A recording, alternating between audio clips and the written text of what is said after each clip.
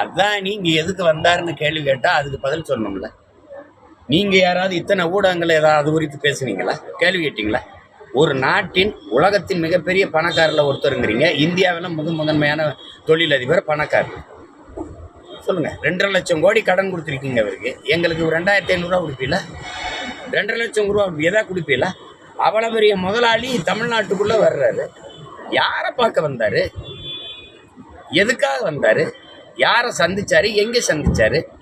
ஒரு நோக்கம் இருக்கணும்ல, ஒரு காரணம் இருக்கணும்ல. ஒண்ணுமே இல்லையே. ஆக கேட்டதுக்கு எங்க ஐயாவை நீங்க என்ன சொன்னீங்க? நான் அறிக்கை விட்டேன், அதை நீங்க பொருள்படுத்த மாட்டீங்க. நான் கேள்வி கேட்டேன், ஏன்னா நான் உங்களுக்கு ஒரு பொருள் இல்லை. சரி, அவ்வளோ பெரிய தலைவர் எங்க ஐயாவை நீங்க என்ன சொன்னீங்க? அவருக்கு வேற வேலை இல்லைங்கிறீங்க. எடப்பாடி ஒரு ஆள் இல்லைங்கிறீங்க. என்னது சொல்லுங்க? 73 இடம் வென்று எதிர்கட்சி தலைவராக இருக்கிறவரே ஆளா இல்லைன்னா இப்போ யார் சொன்னதை நீங்க கேட்பீங்க? யார் கருத்தை நீங்க மதிப்பீங்க, கேட்பீங்க?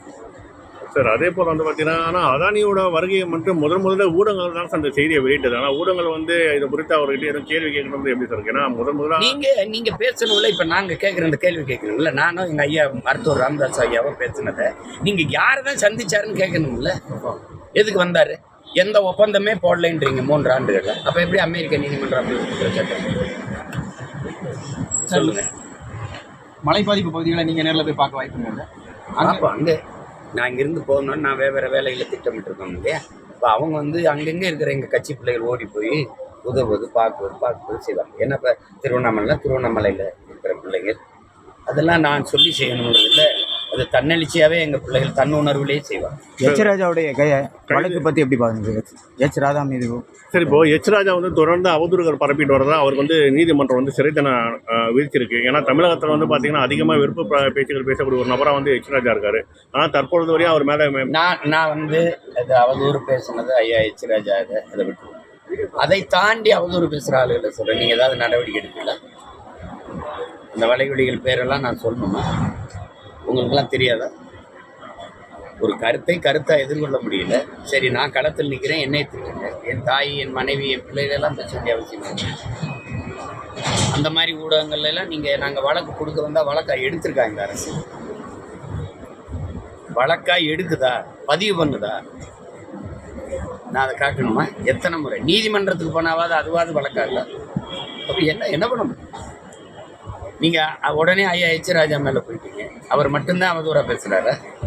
இந்த திமுக சார்பாக ஆளுங்கட்சி சார்பாக ஒரு வாடகை வாய்கள் பேசுகிறதுலாம் நீங்கள் உங்களுக்கு அனுப்பட்டா உங்களுக்கு இந்த காணொலிகளெல்லாம்?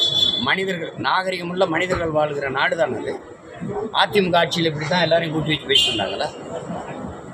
என்ன அளவுக்கு காங்கிரஸை எதிர்த்து போராடியவனா இருக்கானா? காங்கிரஸ் கட்சிக்காரங்க யாராவது இப்படி தான் வலைவெளி வச்சுக்கிட்டு வாடகை வாய்களை வச்சுக்கிட்டு திட்ட விடுறாங்களா? சொல்லுங்கள். சார், அதே போல் கடைசி கேள்வி என்னன்னா, சீமான் அவர்கள் வந்து ரஜினியை சந்திச்சது பிறகு அதுக்குண்டான விமர்சனம் அதிகமாக வந்திருக்கு.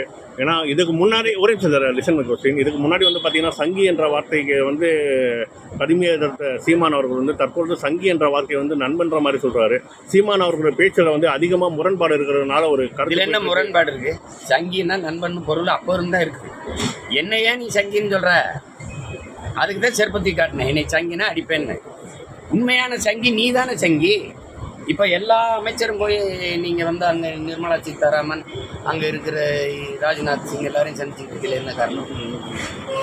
பிரதமர் என்னை சந்திக்க ஆள் அனுப்பி கூப்பிட்டு நான் போகல. நான் சங்கி.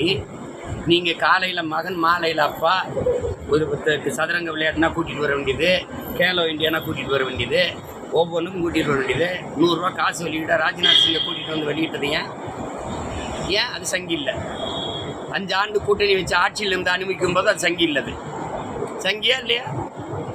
ரஜினிகாந்த் எப்படி சங்கியானார்? பாரதிய ஜனதா கட்சியின் தலைவரா இல்லை அமைச்சரா? இல்லை அவர் சொன்னார் அவர் நான் ஆர்எஸ்எஸ்ன்னு.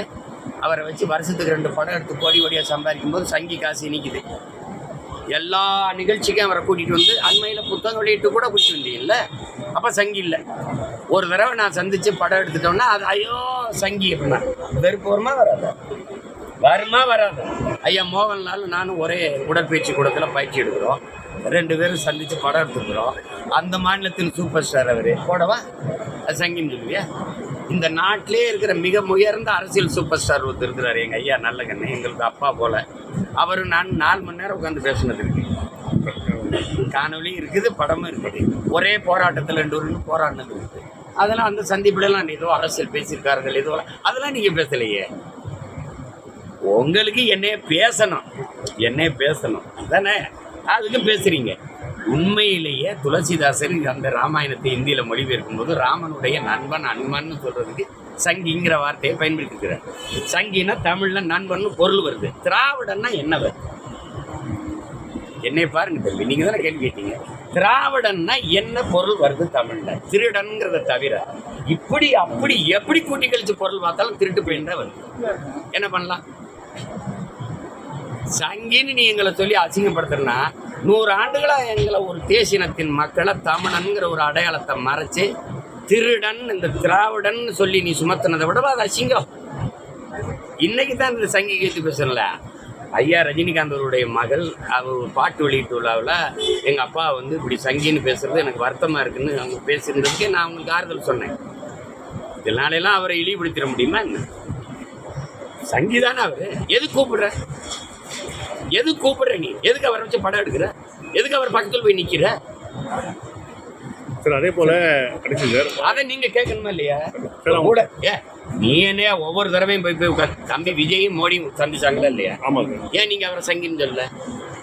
ஏன் சங்கி? அப்பொழுது அவர் வந்து அரசியல் கட்சி எதுவுமே தொடங்கல. அப்பொழுது இருக்கக்கூடிய நிலையில வந்து பாத்தீங்கன்னா ஒரு புதிய தலைவர் என்ற கோசரம் இவங்களா போய் சந்திச்சிருக்காங்க. தற்பொழுது இருங்க இப்ப அரசியல் கட்சி தொடங்கி ஒவ்வொன்றுக்கும் போய் ஐயா மோடியை பாக்குறாங்கல்ல, நீங்க ஏன் சங்கின்னு இவங்களை சொல்லல? சார் அவங்களை நேராக சந்திக்கக்கூடிய விஷயம் நிலைமை வந்து எங்களுக்கு கிடைக்கல. கண்டிப்பா இங்க உள்ளவங்க சந்திச்சா கண்டிப்பா நீங்க இந்த ஊடகத்தின் வாயிலா கேளுங்க. ஐயா நீங்க தானே ஒவ்வொரு தடவையும் ஏதோ பொண்ணு கொடுத்து சம்பந்தியின் மாதிரி சந்திக்கிறீங்க. காலையில நீங்க சந்திக்கிறீங்க, மாலையில அப்படி ஏதாவது ஒரு மாநில முதலமைச்சரையோ விளையாட்டுத்துறை அமைச்சரையோ பிரதமர் மோடி அவர்கள் சந்திச்சாருன்னு ஒரு செய்தி சொல்லுங்க. பாரதிய ஜனதா கட்சி ஆளுகிற மாநில முதல்வரையாவது சந்திச்சிருக்கிறாரா? பாரதிய ஜனதா கட்சி ஆளுகிற மாநிலத்தின் விளையாட்டுத்துறை அமைச்சரை யாரையாவது சந்திச்சிருக்கிறாரா? சொல்லுங்க தம்பி. எல்லா மாநில முதலமைச்சர் மேலே அமலாக்கத்துறை ரைடு வருது. ஜார்க்கண்ட் முதலமைச்சர் மேலே வருது, அரவிந்த் கெஜ்ரிவால் மேலே வருது, தெலுங்கானா முதலமைச்சர் மகள் மேலே வருது. இந்த நாட்டின் முதலமைச்சர்கள் குடும்பத்து மேலே எந்த ரைடும் வர மாட்டேங்குது. ஒய் பாதகம் செய்பவரை கண்டால் நாம் பயங்கொள்ளலாகாது பாப்பா. மோதி மிதித்து விடு பாப்பா, அவர் முகத்தில் உமிழ்ந்து விடு பாப்பா. அண்மை செய்திகளை உடனுக்குடன் தெரிந்து கொள்ள இணைந்திருங்கள் இயம்நாடு தொலைக்காட்சியுடன்.